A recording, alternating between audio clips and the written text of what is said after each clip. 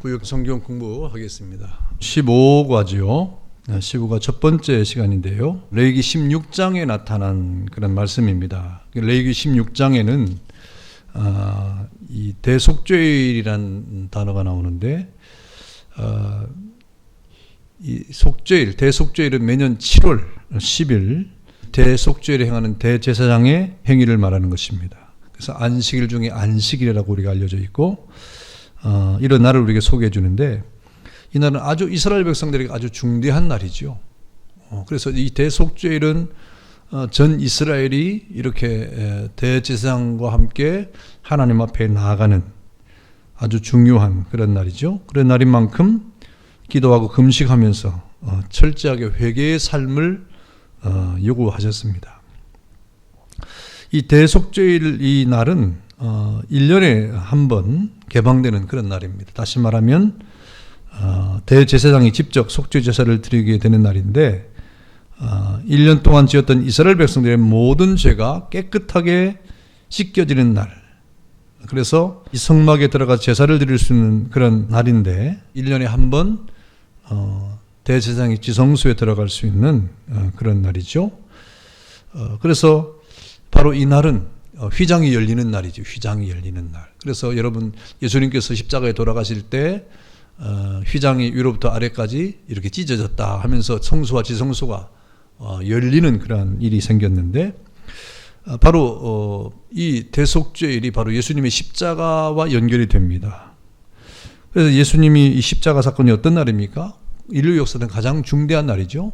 구약의 대속죄일이 이스라엘 백성에서 가장 중대한 그런 날인 것처럼 인류 역사 속에서도 가장 중대한 날이 바로 예수 그리스도의 십자가의 사건이 있었던 그런 날이 되는 것입니다. 바로 이 날이 바로 우리 모두가 죄의 사함을 받는, 속죄함을 받는 날이기 때문이죠. 바로 이 하나님의 은혜 속에서 이 하나님의 보좌와 이 죄인들 사이에 어떤 일이 발생했느냐 하는가를 이 대속죄일에 행한 일들을 통해서 우리가 알 수 있는 겁니다. 구약의 레위기 16장에 대속죄일에 행한 이런 일들을 통해서 과연 속죄라고 하는 것이 어떻게 우리에게 일어나고 있는가를 알게 해주는 것이죠. 그래서 이러한 대속죄일에 행해졌던 이러한 일들을 통해서 우리가 그리스도 안에서 구원받은 사건이 얼마나 하나님의 은혜 가운데 위대한 날인가, 얼마나 중대한 날인가, 우리가 죄 씻음을 통하여 하나님께 나갈 수 있는 그 길이 열린 것이 어떤 이런 방법으로 이루어졌는가 하는 것을 우리가 깨닫게 되는 아주 중요한 날이 되는 것입니다. 그래서 우리 1년 중에 가장 중요한 날이 어떤 날입니까? 예수님이 십자가에 달리신 그날, 보통 우리 성금요일 이렇게 말하는데 금요 기도회를 하는 그런 전통도 바로 여기에서 세워진 겁니다. 주일은 우리 부활의 날로서, 예수님의 부활의 날로서 우리가 주일을 예배하면서 하나님 앞에 나아가는 날인데, 우리가 금요일 날 기도를 하는 것은 바로 예수님께서 돌아가신 날을 또 기념해서 우리 금요 기도회를 또 하는 전통이 세워진 것이죠. 우리 대속죄일과 속죄 제사가 필요한 이유를 한번 보겠습니다. 하나님은 지금도 하늘에 계시죠.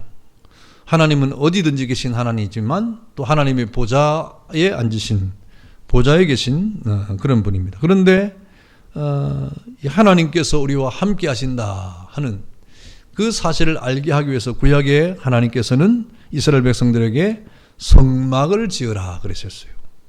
그리고 성막을 지으면서 이제 성소와 지성소가 있는데 지성소에 이 속죄소를 둠으로 하나님께서 임재하시는 그런 상징을 삼았습니다.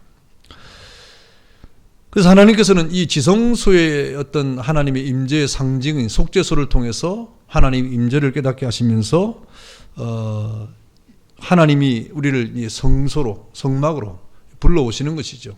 하나님을 만나러 나오라 이 말입니다. 그래서 하나님 앞에 나아가는 인간의 모습은 바로 하나님이 계신 이런 성전으로 나아가는 이 모습이 아주 중요한 그런 모습이 된 것입니다. 다시 말하면 하나님은 우리와 교제하기 위해서 이 땅에 오신 것이죠. 하나님께서 하늘에 계신데 이 땅에 성막을 지으라고 하시면서 우리 사람과의 교제를 통하여 하나님이 만나주시기 위해서 성소에 임재하시고 또 성막을 지으라고 하신 것입니다. 그런데 우리가 하나님을 아무 때나 만날 수 있는 게 아니에요. 하나님을 아무 때나 만날 수 있지 않고 우리가 그렇기 때문에 우리가 하나님 앞에 성막에, 성소에 또는 지성소에 아무 때나 들어갈 수 없다는 것이죠. 왜 그렇습니까? 하나님을 아무 때나 만날 수 없는 이유는 뭐 하나님이 높으신 분이고 거룩하신 분이기 때문이기도 하지만 아주 중대한 요인이 무엇입니까? 우리가 죄인이기 때문이에요. 하나님은 거룩하시고 우리는 죄인이기 때문에 하나님을 언제든지 이렇게 만날 수 있는 길이 죄로 말미암아 차단이 된 것입니다. 그래서 여러분, 우리가 이 하나님을 만난다고 할 때는 우리의 죄를 이렇게 씻고 난 다음에 가야 되는 거예요. 여러분, 죄를 씻는다고 하는 것이 여러분 신약에서는 예수를 믿음으로 우리가 죄 씻음을 받지만 구약에는 죄 씻는 행위가 따라와야 되는데 그것이 바로 오늘 우리에게 말하는 대속죄일과 또 여러 가지 제사로 이렇게 우리에게 나타난 것입니다. 그러므로 우리는 하나님 앞에서 하나님께 나아가는 모습을 취하기 위해서 거룩하신 하나님 앞에 우리도 거룩의 옷을 입는 그런 행위가 필요했던 것이죠. 그래서 이 제사가 필요한 것이 뭐냐? 대속죄일과 제사가 필요한 것이 뭐냐? 바로 하나님이 거룩한 분이기 때문입니다. 하나님은 거룩한 분이기 때문이고 또 하나님이 거룩한 분이기 때문에 죄를 씻는 제사를 드려야만 하나님께 나갈 수 있다. 그래서 이 대속죄일과 제사가 우리가 필요한 것입니다. 하나님께 우리가 나아가야 되는데 하나님은 우리를 만나기 위해서 이 땅에 오셔서 이렇게 임재하셨는데 하나님을 우리가 만나야 되지 않습니까? 그런 하나님을 만남에 대한 그런 차단이 바로 죄인데 이 죄를 씻어야 되는 그런 절차가 필요하다는 것이죠.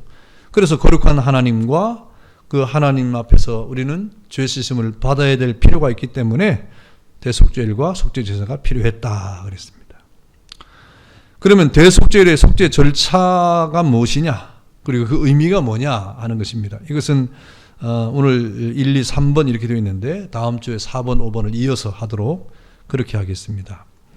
대속죄일의 속죄 절차, 어떻게 대속죄일을 지켰느냐 하는 것이죠. 그리고 그 의미가 뭐냐 하는 겁니다. 이 대속죄일의 속죄 절차는 먼저 지성소에 들어올 때는 속죄의 제물을 드려야 한다고 말씀을 하고 있습니다. 레위기 16장 3절과 10절에 보니까 지성소에 들어올 때는 속죄 제물을 드려야 된다 그랬어요. 속죄일 날 제일 중요한 것은 뭡니까? 바로 속죄 제사를 드리는 거예요. 속죄 제를 드리는 것인데 그때 대제사장이 아론 아닙니까? 아론이 자신과 제사장들을 위해서 먼저 속죄제를 드려야 하고 또 이스라엘 회중을 위해서는 염소 2마리를 드리는데 한 마리는 광야로 보내고 한 마리는 속죄제로 드려야 했습니다. 그래서 이 아론이 제사장들을 위해서 먼저 속죄제를 드리고 그리고 이스라엘 백성을 위해서 2마리 염소를 잡는데 한 마리는 광야로 보내고 한 마리는 속죄제로 드리는 거예요. 속죄제로 드리는 것은 우리가 뭐 이렇게 번제나 화목제로 드리는 방법대로 우리가 드리면 되는 것이고 이 광야로 보내지는 한 마리 이 염소를 우리가 아사셀 염소라고 말합니다. 아사셀 양 또는 아사셀 염소 이렇게 말하는데 이거는 한 마리를 이 모인 이스라엘 회중들 사이를 막 끌고 다닙니다. 이 한 마리 이 염소는 끌고 다닐 때 그 이스라엘 백성들은 온갖 욕과 저주를 퍼부어요. 때리기도 하고 저주를 퍼붓고 온갖 욕을 합니다. 그럴 동안에 아사셀 양은 정말 지치고 또 지쳐가지고 그 이스라엘 회중의 사이를 다니는 동안에 아주 이렇게 한 마리 양은 그야말로 초토화되는 것이죠. 그렇게 온갖 이스라엘 백성들의 모든 저주를 다 한 몸에 받은 이 아사셀 양은 제사장이 데리고 이제 요단강을 건너가지고 광야로 보내집니다. 광야로 보내가지고 거기에서 이제 광야에 이제 버리는 것이죠. 광야에서 버려진 이 양은 어떻게 됩니까? 이 염소는 그 사나운 맹수에 잡혀 먹게 되는 것이죠.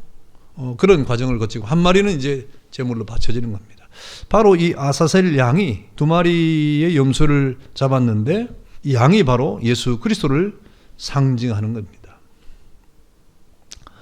그래서 10절에 보니까 아사셀을 위하여 제비를 뽑은 염소는 산채로 여호와 앞에 두었다가 그것으로 속죄하고 아사셀을 위하여 광야로 보낼지니라 라고 이렇게 말하고 있죠. 그렇게 한 마리 아사셀 양은 이스라엘 온갖 죄를 다 짊어지고 광야로 버려지는 거예요. 그 광야에서 삽니까? 죽는 거죠. 맹수에서 죽는 거죠. 바로 우리의 죄를 한 몸에 지고 십자가를 지신 예수 그리스도를 상징하고 있는 것입니다. 그 다음에 두 번째는 물로 몸을 씻고 거룩한 세마포 옷을 입어야 한다. 4절에 보니까 거룩한 세마포 옷을 입으며 세마포 속바지를 몸에 입고 세마포 띠를 띠며 세마포 관을 쓸지니 이것들은 거룩한 옷이라 물로 그의 몸을 씻고 입을 것이며 그랬죠. 바로 이 대제사장이 입는 그런 옷이죠. 이렇게 몸을 물로 씻고 거룩한 세마포의 옷을 입는 것은 바로 예수 그리스도의 자신의 거룩함을 나타내는 거예요. 예수님의 거룩함. 제사장의 옷 이 자체가 세마포라고 하는 하얀 옷인데 흰 옷인데 속에도 흰 옷, 세마포 흰 옷. 그 다음에 속바지도 흰 옷. 그리고 겉에도 흰 옷. 그리고 세마포 관. 다 흰 옷입니다. 이것은 거룩을 상징하는 것인데 바로 예수 그리스도의 거룩함을 나타내는 것입니다. 근데 세 번째 대제사장은 속죄제를 드리기 위해서 지성소에 들어간다 그랬습니다. 11절과 20절이죠. 대제사장은 지성소에 들어가 분향해서 향기로운 연기로 이렇게 증거계 위에 속죄소를 가립니다. 그래서 속죄소를 이 세마포를 입고 이렇게 분향해가지고 속죄소를 이렇게 연기로 가리게 되는 것이죠. 그래야 죽음을 면할 수 있다고 말하는 거예요. 12절 13절에 보니까 향료를 가져다가 여호와 앞 제단 위에 피운 불을 그것에 채우고 또 곱게 간 향기로운 향을 두 손에 채워가지고 휘장 안에 들어가서 여호와 앞에 분향하여 향연으로 증거계 위 속죄소를 가리게 할지니 그러면 그가 죽지 아니할 것이며 그랬습니다. 그러니까 우리 하나님을 대면에 볼 수 없는 것을 말하는 거예요. 왜? 하나님은 거룩하신 분이고 우리는 죄인이기 때문에 하나님의 얼굴을 맞대어 보는 것처럼 우리가 하나님을 지금 볼 수 없는 그런 입장이라 이 말이죠. 그래서 성경에 보니까 하나님이 임재를 나타낼 때 빽빽한 구름으로 연기로 이렇게 오심을 나타내고 있어요. 솔로몬이 성전을 건축하고 이렇게 성전을 봉헌할 때도 하나님이 임재했는데 그 하나님의 임재를 어떻게 표현했습니까? 성전에 빽빽한 구름처럼 하나님이 임재를 했다 그랬습니다. 구름이 막 이렇게 빽빽하게 들었으면 잘 안 보이잖아요. 앞이 안 보이잖아요. 그런 가운데 하나님이 임재했다 이 말입니다.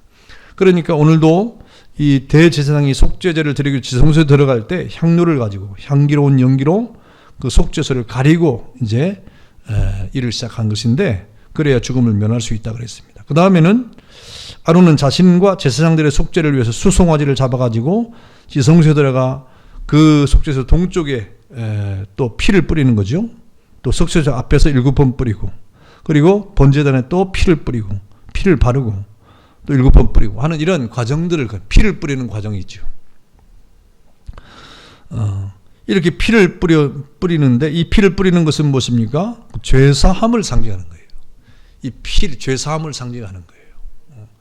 피를 뿌리는 그 자체가 다시 말하면 이 피 자체가 생명 아닙니까? 다른 짐승을 죽여서 생명을 대신하는 것입니다. 피가. 그래서 이 짐승의 피가 바로 우리의 어떤 생명을 대신한 그런 피가 되는 것이죠. 그래서 이 죄를 대신하지 아니하면 그 죄가 용서되지 않기 때문에 바로 이 짐승의 피가 이스라엘 백성을 대신해서 죽었다고 하는 것을 보여주는 거예요. 피를 뿌린다고 하는 것을. 여러분 구약에는 이렇게 수없이 많은 짐승들이 우리 죄를 위해서 죽었다고 하는 상징적 그런 요소로 이렇게 나타난 것입니다. 그런데 이후에 예수님께서도 우리를 위해서 피를 흘렸죠. 구약에는 짐승들이 수없이 많은 피를 흘렸지만 이 신약에 와서는 예수님께서 오셔서 단 한 번의 피뿌림을 통하여 히브리서에도 보니까 피뿌림을 통하여 우리의 모든 죄를 다 사해 주셨다라고 말씀했습니다. 그래서 그리스도께서 나 대신 십자가에 죽으심으로 내 죄를 대속했음을 그리스도의 피가 우리에게 깨닫게 해주는 것이죠. 히브리서 9장에 보니까 그렇게 나타났습니다.